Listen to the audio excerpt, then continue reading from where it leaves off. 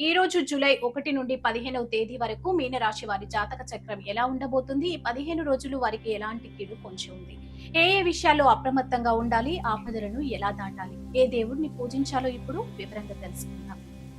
ఏం కీడు జరగొచ్చంటే ఎలాంటి ఇబ్బందులొస్తాయి? మీనరాశి వారికి జూలై మొదటి పక్షంలో గ్రహస్థితులు కొంత గందరగోళాన్ని సృష్టిస్తున్నాయి. మీ జాలి, దయలే మీకు శత్రువులుగా మారే అవకాశం ఉంది. ప్రధానంగా ఈ సమయంలో నమ్మక ద్రోహం, మీరు అతిగా నమ్మిన వ్యక్తుల వల్లే ఆర్థికంగా లేదా మానసికంగా మోసపోయే ప్రమాదం ఉంది.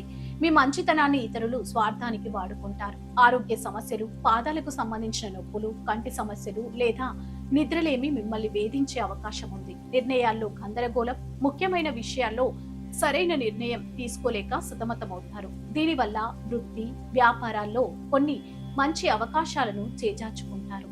ఎలాంటి జాగ్రత్తలు తీసుకోవాలి? ఏం చేయాలి?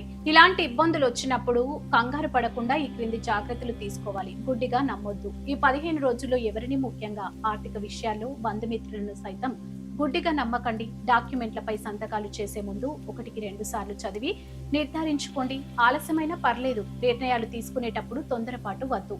అర్థం కాని విషయాల్లో అనుభవజ్ఞులు సలహా తీసుకోవడం చాలా ఉత్తమం. ఆరోగ్యం పట్ల శ్రద్ధ, సమయానికి నిద్రపోవడం చాలా ముఖ్యం. కంటికి తగినంత విశ్రాంతిని ఇవ్వాలి. ప్రయాణాల్లో పాదాలకు గాయాలు కాకుండా చూసుకోవాలి.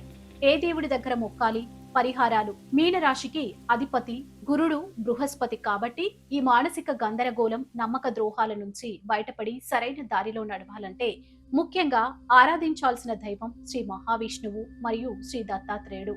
విష్ణు సహస్రనామం ప్రతిరోజు ఉదయం విష్ణు సహస్రనామం పఠించడం లేదా వినడం వల్ల మనసులోని గందరగోళం తొలగిపోయి సానుకూల దృక్పథం ఏర్పడుతుంది. గురువారపు పూజ. గురువారం నాడు దత్తాత్రేయుడికి లేదా సాయిబాబాకు పసుపు రంగు పూలతో అర్చన చేయించండి. పేద విద్యార్థులకు పుస్తకాలు లేదా విద్యా సంబంధమైన వస్తువులు దానం చేస్తే అద్భుతమైన ఫలితాలు వస్తాయి. పసుపు దానం. ఆలయంలో గురు గ్రహానికి దీపారాధన చేసి నిరుపేదలకు పసుపు రంగు వస్త్రాలు, పండ్లు లేదా శరిగలు దానం చేయడం వల్ల అదృష్టం వరిస్తుంది. చూసారుగా మీనరాశి వారు, ఈ జూలై 1 నుండి 15 వరకు నిర్ణయాలు తీసుకునే సమయంలో కాస్త జాగ్రత్తగా ఉంటూ శ్రీ మహావిష్ణువును ఆరాధిస్తే ఎలాంటి అడ్డంకులనైనా సునాయాసంగా అధిగమించవచ్చు. మరిన్ని ఆసక్తికరమైన ఆధ్యాత్మిక మరియు రాశి ఫలాల విశేషాల కోసం చూస్తూనే ఉండండి